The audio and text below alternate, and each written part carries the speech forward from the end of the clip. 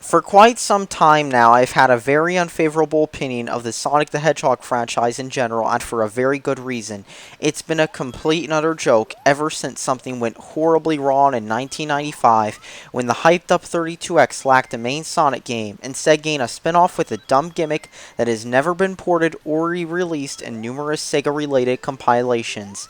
It did, however, serve as a warning that the future of Sonic would be gimmicks and stupid characters that nobody cares about. Fast forward 21 years later, and it's easy to see why the Sonic the Hedgehog franchise is a shell of what it once was. It's become a prime example of both game design sins and how to ram a successful and iconic franchise into the ground.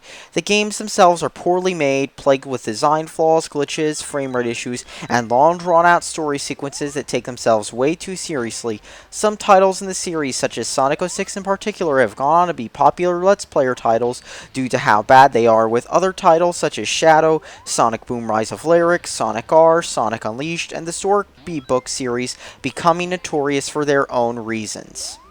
Despite this, Sonic has gained a reputation of having three kinds of fans: grown men who remembered as a kid, kids, and grown men who act like kids. Thanks to its fanbase, the series has become as closely associated with the furry fandom, fan art, and fan fiction sites in general as Star Fox, Spyro, and Pokemon have, and maybe even more so considering the Sonic fanbase's infamous reputation, fueled by the existence of websites that had people declaring they were married to Sonic characters, and notorious Sonic fans such as Sonmaniac or Chris Chan that have basically written themselves into internet history. Every single aspect of the Sonic games, combined with the infamous fanbase, has made the Sonic series the butt of many jokes. It's not uncommon to see, even today, Sonic fans being the butt of many jokes for gaming YouTubers, with videos and pictures mocking the fanbase becoming as popular as videos mocking the games themselves. And Sega even pays somebody to professionally post memes on their Sonic the Hedgehog Twitter account, including many that make fun of the series. And the thing is, the Sonic the Hedgehog franchise has not changed one bit, even after numerous attempts at making it better.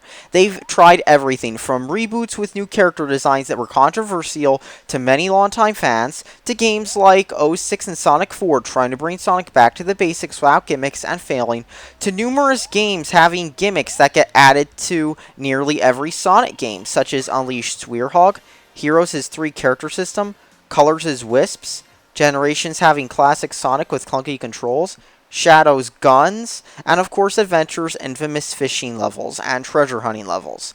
Sonic's had titles made in every genre, from racing game to role-playing game to even sports games, and they've all ranged from okay to just terrible. Now, despite this, these Sonic fans will eat up just about anything Sega has released. Well, with some exceptions of course, but trust me, I know this firsthand. I think by now a certain segment of the internet knows about the videos I've made about the Sonic franchise, especially the ones I made when I was younger, didn't use scripts, and used a cheap Encore capture card from Newegg that was only about $20–$25, and that had some horrible input lag and frequently blue screened my PC. And well, they've been bombarded with negative feedback with reasons ranging from 17-year-old me not knowing how to make videos as well as I can now, to well, numerous comments about how the Sonic the Hedgehog franchise is the best franchise ever. Even with disasters like Sonic 06 and Sonic Boom Rise of Lyric, there are people out there convinced that they are great and underrated games, just being attacked by the evil critics like IGN and GameSpot and Kotaku, all out to slander Sonic's good name. There are at least a few positive reviews on their Amazon page, for example, for each Sonic game, even the horrible ones. With those games, however, the negative backlash was huge, especially with Sonic Boom Rise of Lyric, which was a total disaster.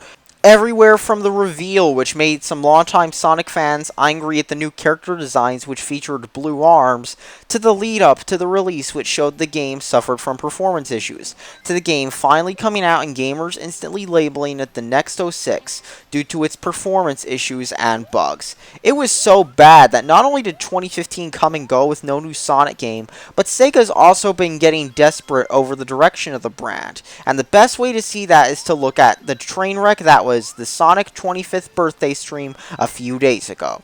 On one hand, it was a colossal train wreck and probably one of the worst promotional gaming streams I have ever seen. From a cringeworthy dance party and concert that featured an audience as pumped as a family at a 6-year-old's birthday party, to audio issues in the stream that involved sound cutting out during a reveal, accidentally playing a trailer twice in a row with the audience talking over it, and much to the disdain of many Sonic fans who were hyped for it, no Sonic Adventure 3 announcement, even though everybody in the chat was typing in SA3 please, SA3 hype, and the like. And I mean, this is probably one of the worst press events I've seen, and it accurately sums up the state of the Sonic the Hedgehog franchise. It makes Nintendo's cringeworthy directs and E3 videos look like masterpieces done by a professional gaming company. I mean, how often do you see a concert where the mic's pointed at a silent crowd for parts of a song, or where the mic is pointed at a random person seeming like a typical anime congoer or a nerd in a basement? However, they did announce 2 Sonic titles, which I'm ready to talk about, and I felt like I had to provide context to them at first for a very good reason. The first title that was shown today was Sonic Mania, and it's no wonder it's been getting tons and tons of hype compared to the other Sonic game that was announced. Now, the thing with Sega is, they know nostalgia sells. Sonic Generations had tons of things wrong with it, which I'll get into later on in this video, but due to nostalgia, gamers looked past its problems and it sold reasonably well.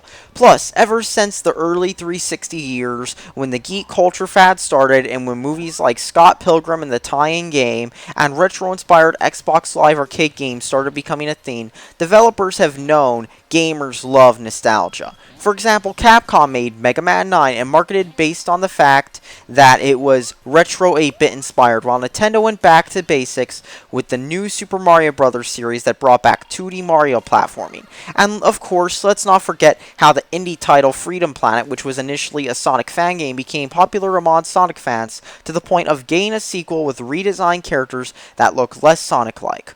Sega, on the other hand, has made the half-baked Sonic 4. That was simply forgettable. Recently, however, Sega has had a person helping them. His name is Christian Whitehead, also known as the Taxman to Sonic fans, and at one point he was a Sonic fan game developer. Eventually, however, he became known to many outside the Sonic fanbase, first for his remake of Sonic CD for mobile devices and modern consoles, and later for mobile remakes of Sonic 1 and 2 on the same engine used for Sonic CD on mobile devices. However, now he's finally making his own original Sonic game with Sega staff and some other fans, and let's be honest, this is something that nearly every Sonic fan can only dream of. Other big names are involved in the development of the game, such as T. Lopez, a Sonic remixer. Instead of having Genesis-style graphics, it'll have 32-bit era-style graphics, and on one hand it looks nice, but on the other, seeing sprite scale when rotating looks weird in a Sonic game, especially since the Genesis couldn't do sprite rotation. On paper, it sounds like a great idea, however I have some reservations about it. Not only does it seem too much like a commercial fan game, something that has been made numerous times in the past, but it also feels like that it could go wrong somewhere due to Sega management. Case in point, when popular RPG developer BioWare had a go at making a Sonic game, and it was forgotten about because it wasn't very good. And the same goes with Big Red Button making Sonic Boom and Sanzaru making their own Sonic Boom game that was okay from what I heard, and Sonic fans were mostly divided over it. Also, it seems strange that it's not launching on older systems such as the Wii U, the 360, or the PS3, but considering Sega likely wants to keep development costs down, it's understandable. But hey, Sega's tried everything else at this point, and who knows? With fans making the game, including ones who seem to understand Sonic better than Sega themselves does, maybe it'll actually be a good 2D Sonic game. I'll have to see more of it as usual, however, and it could be a disappointment.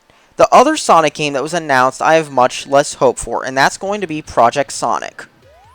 Now, Sega seems to have known that fans loved Classic Sonic, and Classic Sonic is returning. The problem is, if Generations was anything to go by, Project Sonic won't be a very good game. Generations just sucked. The controls in it were horrible, and so was its platforming, with the game feeling very imprecise and slow when moving from platform to platform, made worse by the frame rate, and it felt a bit floaty too. It also rode too much off nostalgia, and if anything, many Sonic players just want a back-to-basics game which is what Sonic Mania seems to be offering, especially in the 3D realm. And of course, the same problems that Unleashed and Colors had, such as quick-time events and random death pits, make a return. However, judging by the trailer, Project Sonic is going to be another game that rides off the nostalgia for classic Sonic. Did I mention that there's no gameplay of this new game? The only thing that there is of this game is a CGI trailer, and that's about it, so I won't get too hyped for it. Does anybody remember with initial Unleashed screenshots when everyone was getting hyped about it before they saw the Weirhog? Honestly, though, the return of classic Sonic says that Sega is not only out of ideas at this point, but they're trying to milk Sonic even after it's been run into the ground by going back to basics and milking it for nostalgia reasons, just like what Nintendo has kind of been doing with Pokemon. At least by making a game targeted to the retro gamer audience, they'll know it'll sell at least, and that's all that needs to be said about Sega and Sonic. Thanks for watching and subscribe for more videos about gaming and Sonic.